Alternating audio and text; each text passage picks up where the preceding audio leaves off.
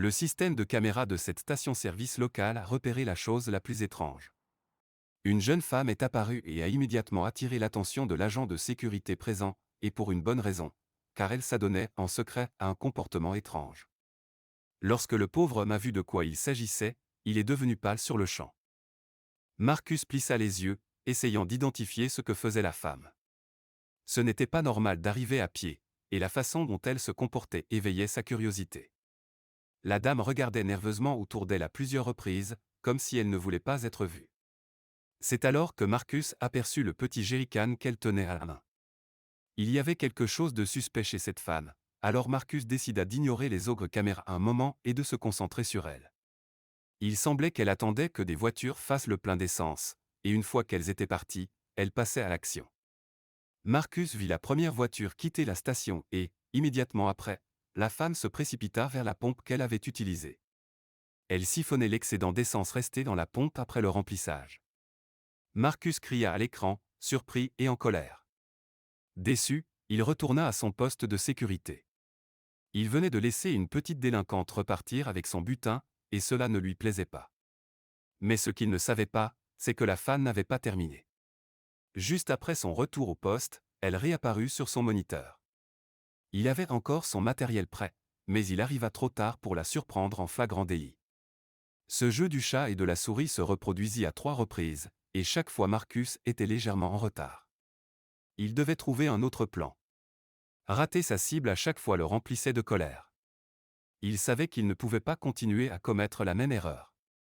C'est pourquoi il décida de quitter sa cabine de sécurité hors site pour surveiller directement la station-service.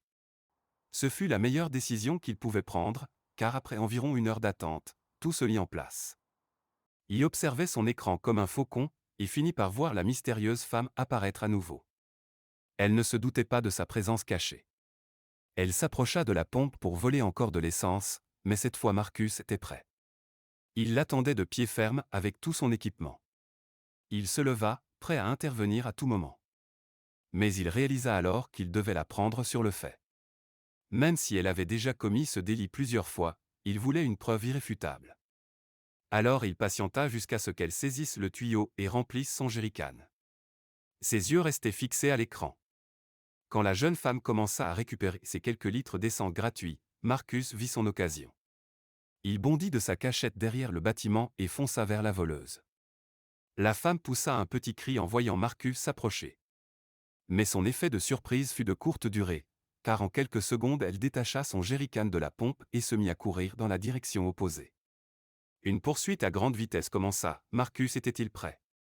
La femme tenait son jerrycan sous le bras droit et accéléra immédiatement. Avant même que Marcus ne s'en rende compte, ils étaient tous deux lancés dans une course effrénée. La femme semblait connaître le chemin et traversait les ruelles étroites autour de la station. Où allait-elle? Bien que sa tenue ne le laissait pas deviner, elle était très rapide. Elle filait à toute vitesse dans les ruelles, déterminée. Mais le lourd jerrycan la ralentissait juste assez. Courir avec un bidon plein n'était pas chose facile. Marcus le remarqua lui aussi. Elle avait pris une bonne avance en s'élançant rapidement depuis la pompe, mais Marcus se rapprochait visiblement d'elle. Juste avant qu'il ne puisse l'attraper par le col, elle s'engouffra dans un terrain apparemment abandonné. Il n'y avait aucune voiture, un silence inquiétant régnait, seuls résonnaient les pas rapides de la femme sur le béton. Au milieu du terrain se dressait un grand bâtiment, c'était sa destination. Elle franchit la porte ouverte du bâtiment, pensant être hors de danger. Elle ne réalisa pas à quel point Marcus était proche derrière elle, concentré seulement sur sa fuite. Se croyant en sécurité, elle reprit son souffle un instant. Mais cette illusion ne dura pas. À peine avait-elle passé la porte que la main du garde de sécurité déterminé attrapa son avant-bras, la bloquant net. Marcus savait qu'elle ne s'échapperait pas, entrer dans un bâtiment n'allait pas l'arrêter cette fois. Il expliqua alors à la femme qu'elle avait de sérieux ennuis. Il allait l'arrêter, mais avant cela, il exigea une explication.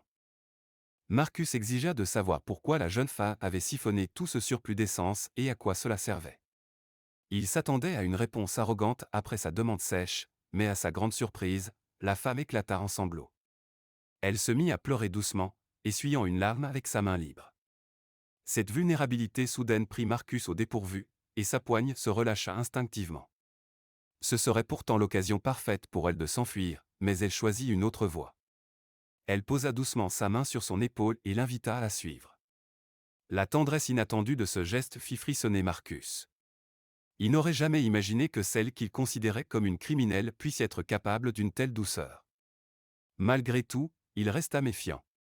En avançant, Marcus remarqua un changement d'atmosphère. Le fond de la pièce était plongé dans l'ombre, et de faibles voix s'élevaient de l'obscurité. La femme lui indiqua l'endroit, guidant son regard vers ce qui se cachait plus loin. Marcus distingua alors des matelas étendus au sol, des restes de nourriture, et des rideaux éparpillés un peu partout. Sur le côté, il aperçut même un dispositif de cuisson de fortune fabriqué avec des boîtes de conserve vides. Alors qu'il tentait d'analyser la scène, des dizaines de silhouettes sortirent de l'ombre. Couvertes de saleté et vêtues de vêtements en lambeaux, elles s'approchaient timidement. Encouragées par un signe de tête de la femme, elles osèrent finalement se dévoiler à Marcus. Son premier réflexe fut d'arrêter une petite fille qui s'était enfuie avec l'essence. Il était prêt à lui arracher le bidon des mains, mais la femme l'arrêta et le dissuada d'agir. Elle commença à expliquer, révélant que son nom était Amber. À travers ses paroles, la vérité se dessinait peu à peu. Amber raconta que de nombreux sans-abri de la ville avaient trouvé refuge dans ce bâtiment. C'était le dernier endroit où ils pouvaient encore aller, après avoir été rejetés à maintes reprises par le gouvernement. Depuis des années, la ville privilégiait ses habitants riches et aisés, abandonnant les plus démunis à leur sort. Ces gens avaient supplié pour obtenir un abri, mais avaient toujours été refusés. Jusqu'ici, Marcus n'avait été animé que par la colère et une volonté ferme d'arrêter la coupable. Mais pour la première fois, ses émotions changèrent. Sa rage se dissipa, laissant place à la compréhension et à une profonde compassion. Pourtant, une question persistait. Pourquoi Amber avait-elle autant besoin d'essence? Un bruit métallique résonna soudain dans la pièce, et l'endroit s'illumina. Amber expliqua que l'essence servait à alimenter une grande batterie portable, le dispositif qui fournissait électricité et chaleur à tout l'étage. La petite fille avait déjà versé le carburant dans la batterie, la remettant en marche. Pour la première fois, Marcus put voir clairement tous les occupants de la salle.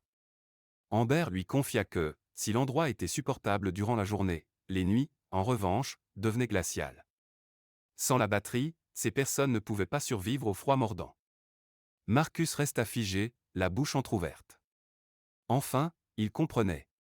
Ces gens n'étaient pas des voleurs ni des criminels, ils étaient simplement désespérés. Ils survivaient dans une ville qui les avait abandonnés, un endroit où la compassion n'avait plus sa place. Et pourtant, même après cette révélation, une question demeurait, si Amber n'avait besoin que de carburant, qu'y avait-il encore à découvrir?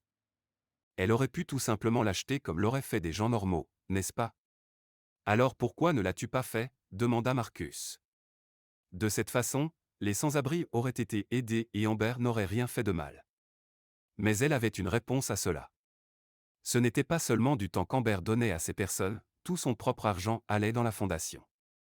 C'était une noble cause, mais la fondation représentait une solution à long terme, et ces gens avaient besoin de chaleur et d'électricité immédiatement. Sans argent en banque pour fournir, la jeune femme devait faire preuve de créativité. Après avoir entendu ce récit héroïque, Marcus était profondément partagé. Il comprenait pourquoi elle avait fait ce qu'elle avait fait. Ces gens avaient désespérément besoin d'aide, et elle la leur donnait. Ils ne pouvaient pas reprendre cette essence volée, mais ils ne pouvaient pas non plus laisser Amber continuer à voler à la station-service. Cela ferait de lui le pire des gardiens. C'est alors que Marcus décida de faire quelque chose de totalement inhabituel. Il était normalement un homme qui vivait dans l'ombre, n'intervenant que lorsqu'il n'y avait pas d'autre choix. Mais ces gens avaient besoin d'aide maintenant. Il proposa d'acheter toute l'essence quotidienne dont ils avaient besoin.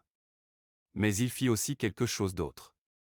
Le modeste agent de sécurité décida de lancer une collecte communautaire à la station-service où tout cela avait commencé.